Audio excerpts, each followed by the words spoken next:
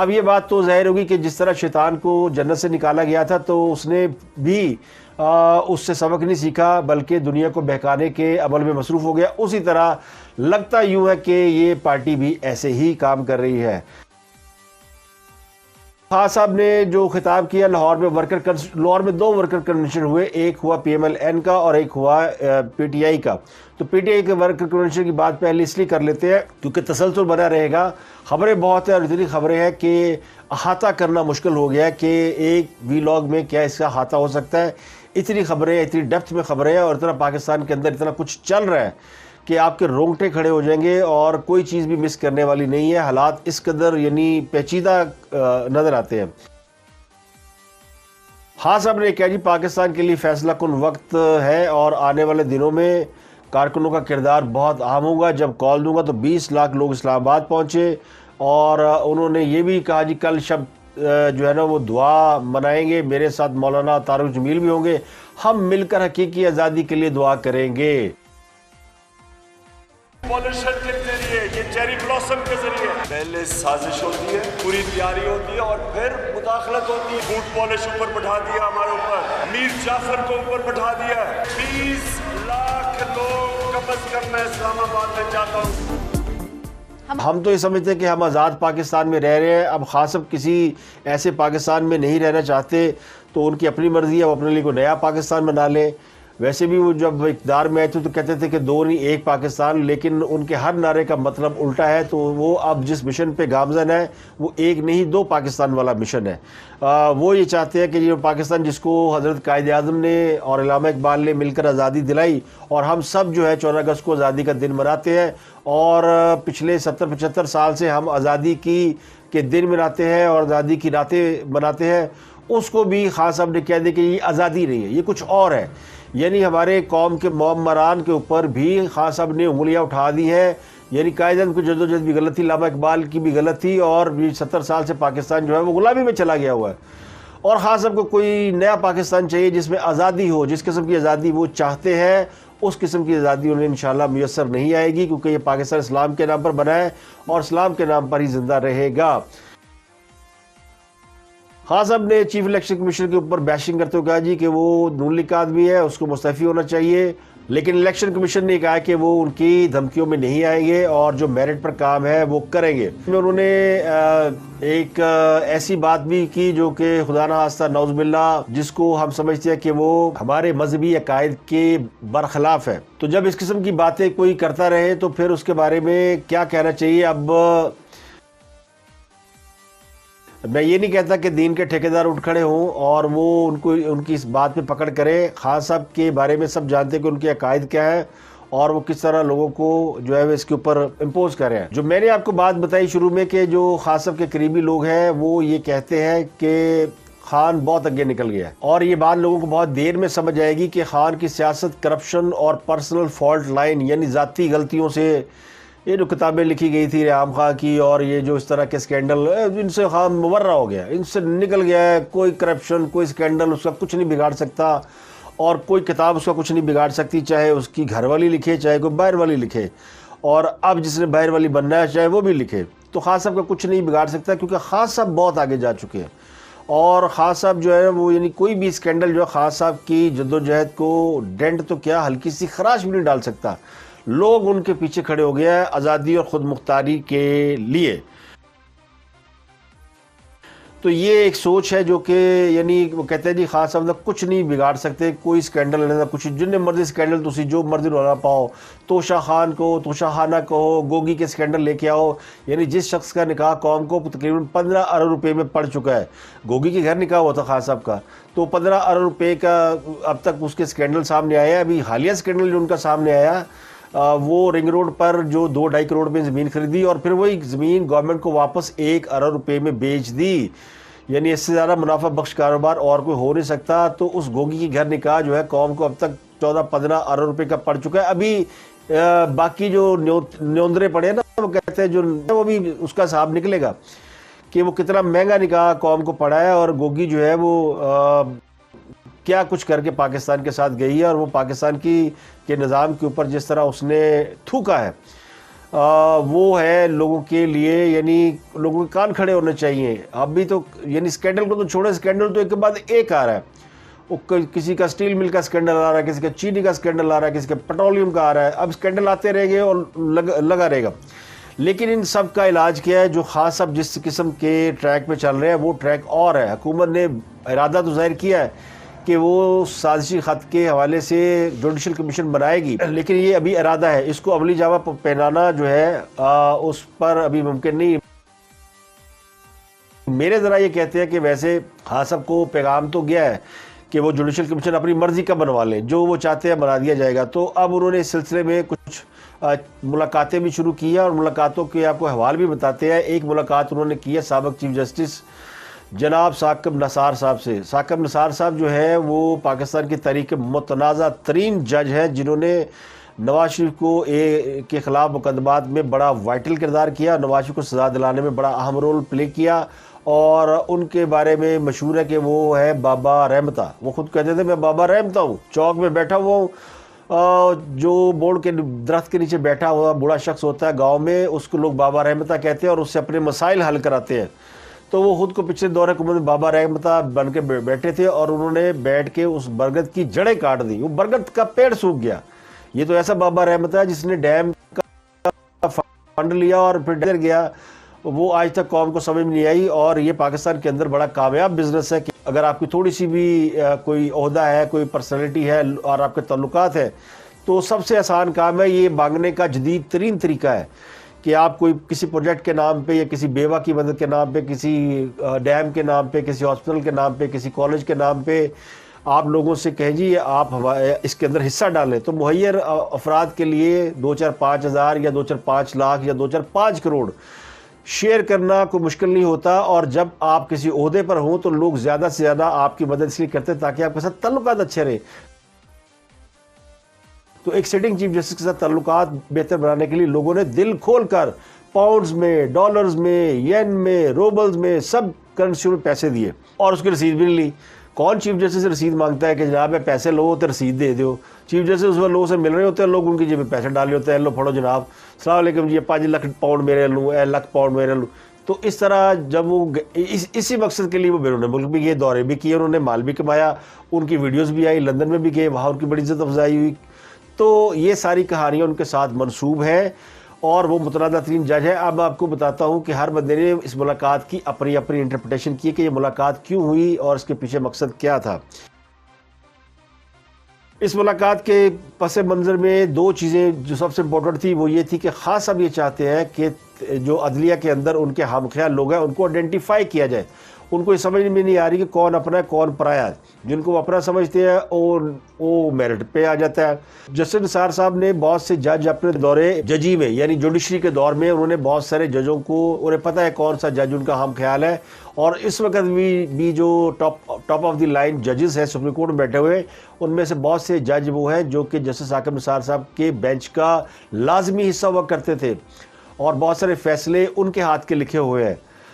Justice Saqib Nisar ان کو head کرتے تھے. تو اب ایک تو عدلیہ کے ساتھ معاملات کو ٹھیک کرنا ہے اور وہ چاہتے ہیں کہ عدلیہ ان کو فیور کرے. تو اس کے لیے جسٹس ثاقب نثار صاحب ظاہر ہے ان کے سے موضوع شخص اور کون ہو سکتا ہے. اور دوسرا، جسٹس ثاقب نثار صاحب نے جب فیصلے دیے تو انہوں نے خان صاحب کے کہنے پہ نہیں دیے تھے، انہوں نے پاکستان کے ان فیصلہ ساز قوتوں کے کہنے میں دباؤ میں آ کر فیصلے دیے ہوں گے تو وہ ان قوتوں سے رابطوں میں بھی رہے ہوں گے. تو اب ان کو وہ رابطے استعمال کرنے کی کوشش کی جا رہی ہے. یعنی فوج اتھارٹی صلح کرا دو، آسان سی بات ہے، اسٹیبلشمنٹ سے صلح کرا دو. اب اسٹیبلشمنٹ نے جو کام دیے ہوں گے وہ جج صاحب کو تو بہتر پتہ ہے، ثاقب نثار صاحب سے زیادہ کون جانتا ہے. تو عمران خان اور ثاقب نثار مل بیٹھ کر یہ سر جوڑ کر بیٹھے ہوئے تھے کہ بولیے، اگر بولیں گے تو زیادہ چپیڑیں تو نہیں پڑیں گی.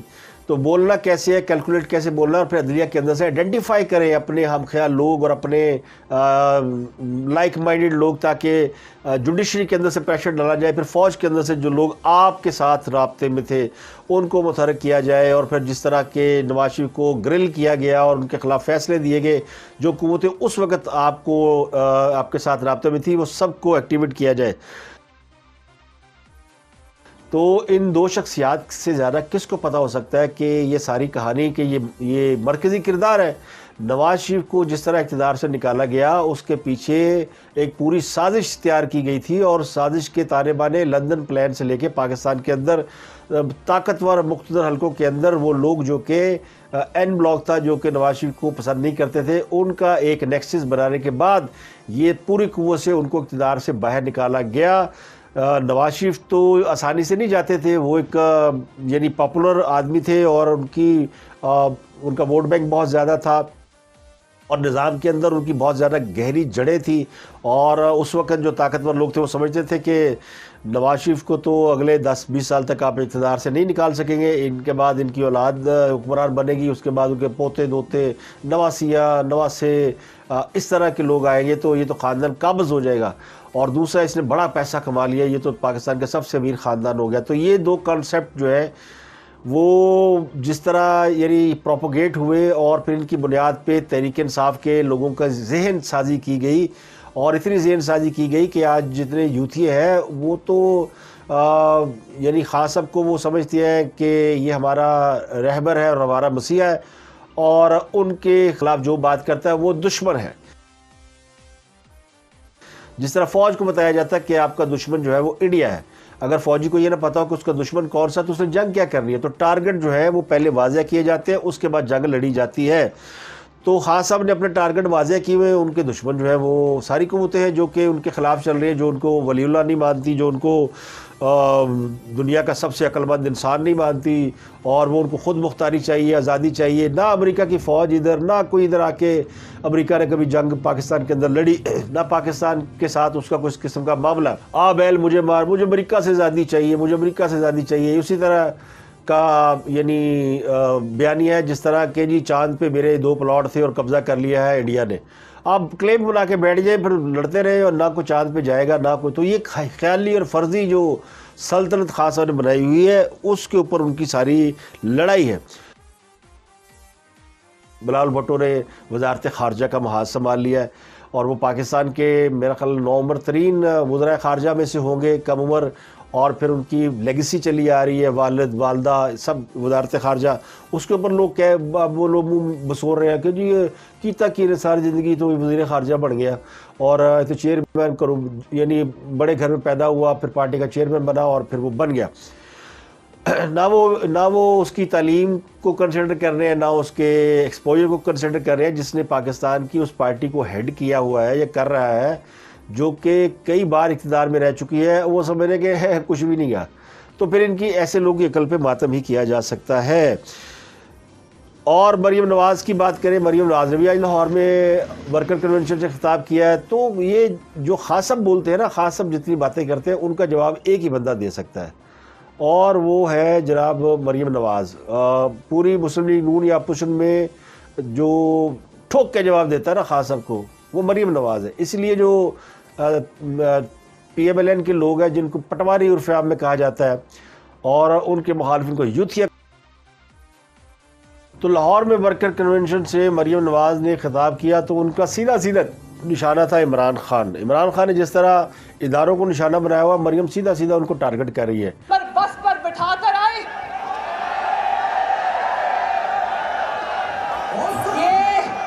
یہ اتنا بڑا پاگل ہے کہ قوم کو تو پاگل کیا ہے، اگر اس کو پاگل خانے میں بھرتی کرا دو، یہ پاگلوں کو بھی پاگل کر دے گا۔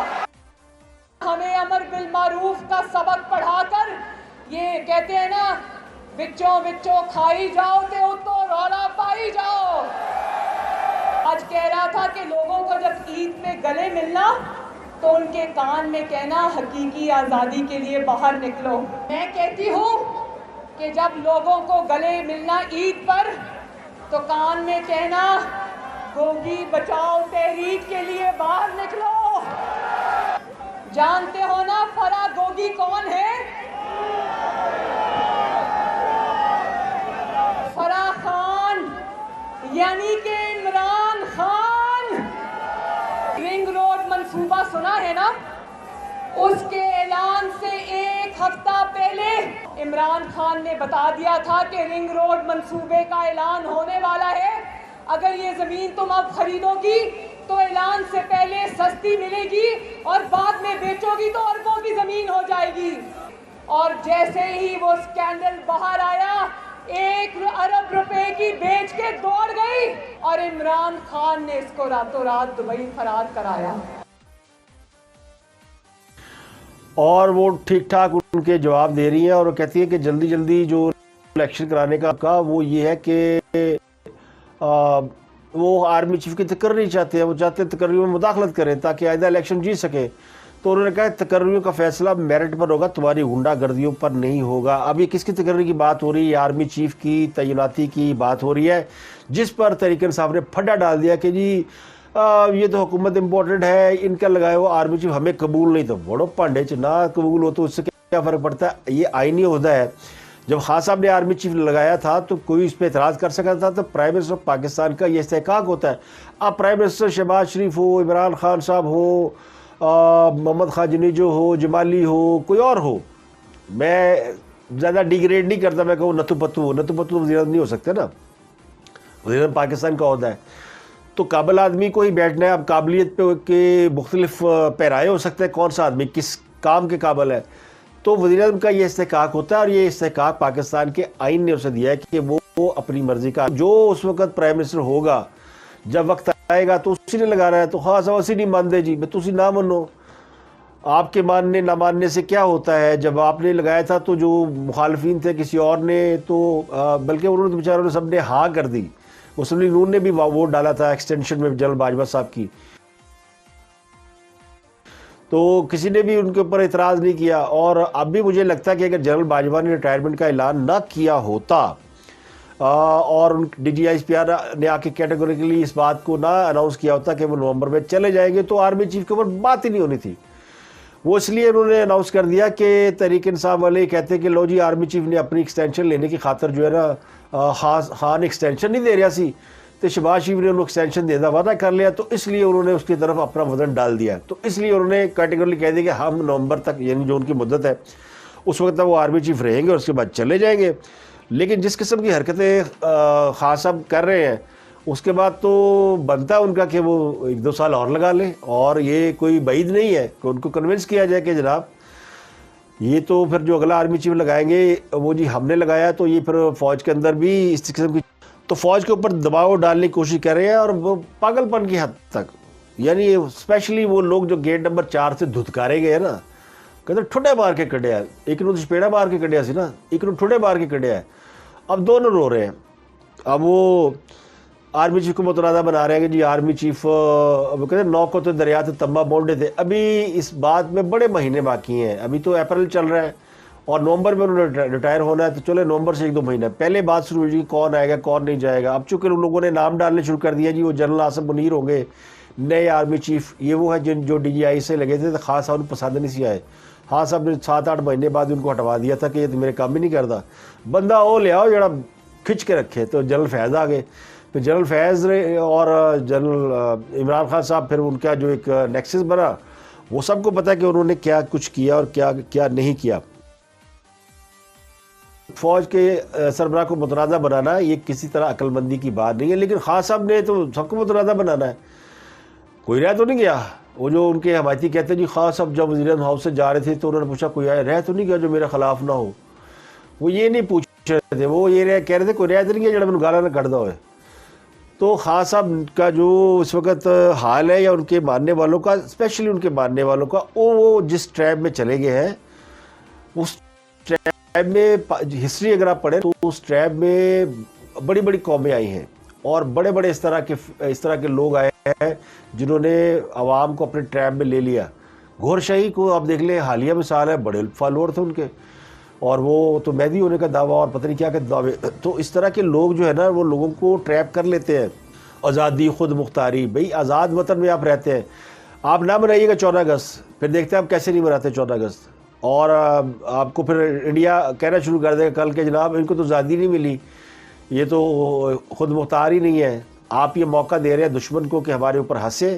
تو ایسا نہیں ہوگا، ایسا بالکل نہیں ہوگا. پاکستان کے لوگ جو ہیں 22 کروڑ عوام ہے، اس میں سے آپ 20 لاکھ بلا لیں اور 20 کا 40 لاکھ لوگ، 80 لاکھ لوگ آپ کے ہاتھ میں بیعت کر لیں، آپ کو وقت کا امام مان لیں اور آپ کو خلیفہ مان لیں، جو مرضی کر لیں، لیکن پاکستان کے جو لوگ ہیں وہ مذہب کو بھی سمجھتے ہیں, وہ دین کو بھی جانتے ہیں, انہیں عقیدہ ختم نبوت کا بھی پتہ ہے اور اپنے یعنی تمام چیزوں کا پتہ ہے, اور وہ ان باتوں میں آنے والے نہیں ہیں. اگر یہ باتیں خاص صاحب اپنے اندر سے نکال دے اس یعنی مذہبی بلیک میلنگ کو, تو وہ ایک اچھے خاصے معقول انسان ہے. لیکن انہوں نے بڑے بڑے پڑھے لکھے لوگوں کو جو مذہب کی طرف راغب تو ہے لیکن ان کی معلومات زیادہ نہیں ہے, اور تو وہ ان کے ٹریم میں آ گئے ہیں. ان کو صرف یہ کہتے ہیں پڑھا لکھا بندہ اسلام نہیں گلا کرتا, انگریزی کرتا ہے اور گوریاں نے جواب دیتا ہے. تو یہ ان کا جو کرزمہ ہے نا, یہ بھا گیا کچھ لوگوں کو کہ یار ویل سیڈ, سمجھ نا, ساؤنڈس گریٹ. اے جڑا فرامنا چل رہا ہے نا, اس نے بہت سنوں گا. اب ایک اور خبر ہے, وہ ہے آج بڑا ملکھڑا ہونا ہے. ویسے تو عدالت نے بڑا یعنی جتنی چپیڑے مار سکتی تھی عدالت, وہ ایوان صدر میں بیٹھے ہوئے شخص کو اور پھر گورنر پنجاب کو, آج یعنی کل عدالت نے یہ فیصلہ دی کہ اب 24 گھنٹوں کے اندر حمزہ شہباز سے خلف لینا ہے. تو پرسوں پہ گئے, پرسوں کہتے ہیں وہ یعنی ہاتھ پاں پھول گئے ہیں. ایوان وزیر اعلیٰ اس میں اجلاس بلا لیا. خاص صاحب نے جناب جتنے لوگ نکالے گئے تھے, یعنی ایک طرف الیکشن کرا لے, دوسرے پنجاب میں آ کے اسمبلی کے بیٹھ کے اپنی پارٹی کا اجلاس کر رہے ہیں. اور کر کیوں رہے ہیں جی کہ پنجاب کا قبضہ نہیں چھڑنا. اب آج دیکھیں وہ خلف لیتے ہیں. زیادہ تر لوگ کہہ رہے ہیں کہ نہیں مانیں گے وہ, کہ یا سپریم کورٹ چلے جائیں گے یا کسی اور جج کے پاس چلے جائیں گے, کچھ اس پہ اسٹے لے لیں گے, یا وہ کہیں گے جی نہیں ہم نہیں مانتے, تو جو کرنا جو کر لو. ویسے یعنی ضرورت نہیں کی. اب لاہور ہائی کورٹ پہ ہے کہ وہ اپنے فیصلے کے اوپر کتنا پیرا دیتی ہے اور اس کے اوپر امپلیمنٹ کیسے کراتی ہے. ابھی بھی لاہور ہائی کورٹ نے ایڈوائز کیا ہے, سجیشن دی ہے, آرڈر نہیں دیا کہ جناب اس کو آپ اس طرح کر لیں, گورنر صاحب خلف لے لیں, یہ اپنے کسی نمائندے کو تعینات کر دیں گے, وہ حلف لے لے گا اور یہ عمل پورا کرائیں. یہ 24 گھنٹوں میں کام ہو جانا چاہیے. ہوں یہ جان گے سپریم کورٹ یا جائیں گے اسلام آباد high court. Islamabad high court کے چیف جسٹس کو بھی یہ برا بلا کہتے ہیں, جس عطر من اللہ کو, حالانکہ انہوں نے فارن فنڈنگ کے کیس کے اوپر جو ان کے پاس ٹائم پیریڈ کی تلوار تھی وہ ہٹا دی ہے. وہ بڑے فیئر قسم کے جج ہیں. اور چیف جسٹس جناب عمر اتیاب بندیال صاحب, جنہوں نے وہ فیصلہ دیا تاریخ ساز آئین کی بے حرمتی سے انہوں نے اس ملک کو بچایا, ان کے ماضی کے سارے جو ان کے اوپر الزامات تھے وہ اس ایک فیصلے نے دھو کے رکھ دیے. تو وہ آئین کے مطابق فیصلہ کریں گے, ان کے پاس جائیں گے تو وہ پھر آئین کو دیکھیں گے. تو اس لیے ثاقب نثار صاحب کو بلایا گیا تھا کہ اے جڑا کام ہے نا وچوں اپنے بندے کڈ کے تے کراؤ, کہڑے جج نو اسی جڑا پرسو کریے اور جج سب کو ساڈے حق چ بول پوے. ایک آپ کو اور انسائٹ سٹوری دیتے ہیں. شہباز شریف جا رہے ہیں, آج انہوں نے جانا ہے سعودی عرب, اور ان کو پرائیویٹ طیارہ یعنی جو طیارہ ہے عام طیارہ اس پر سفر کرنے سے روک دیا گیا. انہوں نے بوئنگ 777 میں عام طیارے سے سفر کرنا تھا, لیکن انٹیلیجنس ایجنسیوں نے سختی سے منع کر دیا ان کو کہ آپ ایسے نہیں جائیں گے, آپ خصوصی طیارے پہ جائیں گے اور خصوصی حفاظتی انتظامات کے ساتھ جائیں گے, کیونکہ دشمن کا کچھ پتہ نہیں ہے اور سازشیوں کا کچھ پتہ نہیں کہ وہ کیا سازش کریں گے اور کس طرح کریں گے. خان صاحب تو یعنی یہ یوتھی کہیں بھی ہو سکتے ہیں نا, پی آئی اے کے اندر بھی ہو سکتے ہیں اور اس کے اندر بھی ہو سکتے ہیں. خان صاحب نے تو کہہ ہی دیتا ہے, اور ان کے لوگ کہہ ہی رہے ہیں تحریک انصاف والے, سوشل میڈیا پر انہوں نے شور مچایا ہوا کہ کوئی پائلٹ جو ہے وہ جہاز ہی گرا دے جس میں سارے جو قیادت جاری, کیونکہ جو پچھلے دور یعنی اپوزیشن تھی خان صاحب کی اور اب حکومت ہے, وہ سارے جا رہے ہیں سعودی عرب. انہوں نے عمرہ بھی کرنا ہے اور انہوں نے وہاں سعودی قوم سے ملاقات بھی کرنی ہے. تو یہ ہے تو رسک کہ ساری قیادت ایک طیارے میں جائے, اور پھر وہ طیارہ عام طیارہ ہو بوئنگ 777, اور پھر آپ کو واقعہ یاد ہوگا گورنر سلیمان تاثیر کا, اور پھر اس طرح کی چیزیں ہو سکتی ہیں. تو اس سے انٹیلیجنس ایجنسیاں جو ہے وہ الرٹ رہتی ہیں کہ ہم ایسا رسک نہیں لے سکتے, تو ان کو منع کر دیا گیا ہے اور وہ اب خصوصی طیارے سے ہی جائیں گے, جو میری اطلاع ہے. مریم نواز نہیں جا رہی, اور نہیں جا رہے تو وہ بھی نہیں جا رہے, نواز شریف بھی نہیں جا رہے. مریم نواز کو آج جانا یعنی 27 اپریل کو جانا تھا. ان کو وہ بینچ نے یعنی بینچ توڑ کے ان کا ٹائم ہی گزار دیا, تو انہوں نے پھر پتہ چلا جی کہ کوئی لندن سے بھی انہیں ہدایت آ گئی کہ رہنے دیں, آپ چھوڑ دیں, نواز شریف بھی نہیں جا رہے, آپ بھی نہ جائیں. اور دوسرا جو کہنے والے کہتے ہیں کہ یہ بھی کہیں تاثر تھا کہ اس معاملے کو بھی ہولڈ رکھا جائے, نہیں نواز شریف کی پاکستان واپسی یا مدینہ جانے کا جو معاملہ ہے اس کو ذرا ہولڈ پہ رکھا جائے, اور خاص صاحب کو کم سے کم شہید بننے کا موقع دیا, کم سے کم حکومت کے اوپر تنقید کا موقع دیا جائے, تو حفظ ما تقدم، یہ نہیں میں کہہ رہا کہ شہباز شریف حکومت کو بچانے کے لیے یا انہوں نے آرمی چیف کو کسی مشکل میں بچانے کے لیے، آرمی چیف پہ کوئی دباؤ نہیں ہے، فوج بڑی ریلیکس ہے اور فوج کو اپنے کام کرنے آتے ہیں، ورنہ وہ ان کے نام یہ حکومتوں پوری حکومت کو تبدیل کرنے میں ان کے نام نہ آتے، اتنی پاور ان کے پاس ہے، تو سمجھ لیں کہ اس کے اوپر کوئی ان کو فکر فاقہ نہیں ہے۔ لیکن احتیاط اچھی ہے، کیونکہ حکومت یہ چاہتی ہے کہ وہ اپنی کارکردگی اور کام گنوائے، ان کے اوپر یہ الزام کم سے کم لگے کہ وہ اپنوں کو نواز رہے ہیں یا اپنے معاملات کو حل کرا رہے ہیں۔ ایف آئی اے والا جو انہوں نے فوری تقرریاں تبادلے کیے، اس کے اوپر بھی حکومت کے اوپر خاصی لے دے ہو رہی ہے کہ ان کے چونکہ کیسز تھے اور فرد جرم بھی عائد ہونی ہے، کل شہباز شریف پیش نہیں ہوئے، اگلی پیشی پہ فرد جرم عائد ہو جائے گی، تو ایف آئی اے حکام جب تبدیل ہوتے ہیں تو پھر ایف آئی اے اس کیس کو پرسو نہیں کرتی، تو اس حوالے سے تنقید ان پر جاری ہے کہ وہ اس میں ریلیف لے رہے ہیں، تو اس لیے حکومت تھوڑا سا اس معاملے میں احتیاط کا دامن رکھنا چاہتی ہے اور وہ رکھے گی۔ تو دیکھیں نا، آپ جو میں نے ابھی بات کی شہباز شریف کے طیارے پہ جانے والی، اس کو اگر ریلیٹ کریں آپ کہ کس طرح لوگوں کو کے ذہنوں کو وہ کیا جاتا ہے، ٹریپ کیا جاتا ہے۔ وہ خاتون، جو بلوچ خاتون جس نے کل کراچی کے اندر پرسوں اٹیک کیا اور اس میں چینی اساتذہ کی موت واقع ہو گئی، 4 لوگ تھے، ڈرائیور بھی ہمارا ایک شہید ہوا۔ وہ اس طرح کے لوگ ہوتے ہیں جن کے ذہن جو ہے وہ ٹریپ ہو جاتے ہیں۔ اب اس کا شوہر ہے، اس کے بچے ہیں، وہ 3 سال سے کراچی میں ایک فلیٹ میں رہ رہی ہے، وہ یونیورسٹی میں پڑھتی ہے، اس کو کیا ضرورت تھی کہ وہ اس طرح کی چیزیں کرتے، یعنی اس کا گھر بہترین، وہ نہ صحراؤں میں رہتی، نہ اس کو کسی چیز کی تکلیف، اور اب گرفتاری، اور ان کا شوہر بھی اندر ہو گیا ہے، پھر وہ فلیٹ کا مالک بھی اندر ہو گیا، وہ اس کے پیچھے سارے جو لوگ ہیں وہ اب قانون کی اس گرفت میں آ چکے ہیں اور وہ پس رہے ہیں۔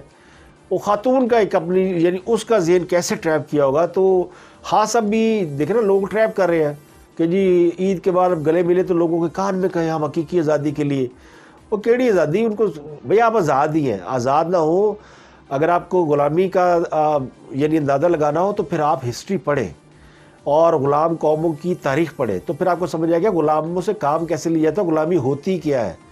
غلامی یہ نہیں ہوتی کہ جی وہ جی خط آیا تو انہوں نے میرے اقتدار تو کرتا، اپوزیشن آ گئی تو ہور میں واپس لے لو، غلامی ختم ہو جائے گی، یعنی مجھے اقتدار دے دے غلامی ختم، اور مجھے اقتدار مل گیا حقیقی آزادی شروع، یعنی میرے سارے مسائل حل کر دے تو سب کے مسائل حل ہو گئے۔ تو آج کے لیے اتنا ہی، آپ سے ملاقات ہوگی کل۔ اپنا گرد و نواح کے لوگوں کا بہت بہت خیال رکھیے گا، خبریں بہت ہیں، اب مجھے یہ لگتا ہے کہ 1 سے زائد مجھے ویلاگ کرنا پڑیں گے، تو آپ کی رائے کا انتظار رہے گا کہ کیا ایک پروگرام میں تمام خبروں کا احاطہ ہو جاتا ہے اور آپ کی انفارمیشن میں کچھ اضافہ ہوتا ہے، یا پھر جس طرح ایک یعنی روایت چل نکلی ہے کہ ایک موضوع کو پورا تھورلی ڈسکس کیا جائے۔ تو آپ کی رائے کا مجھے انتظار رہے گا۔ اپنا گرد و نواح کے لوگوں کا بہت بہت خیال رکھیے گا۔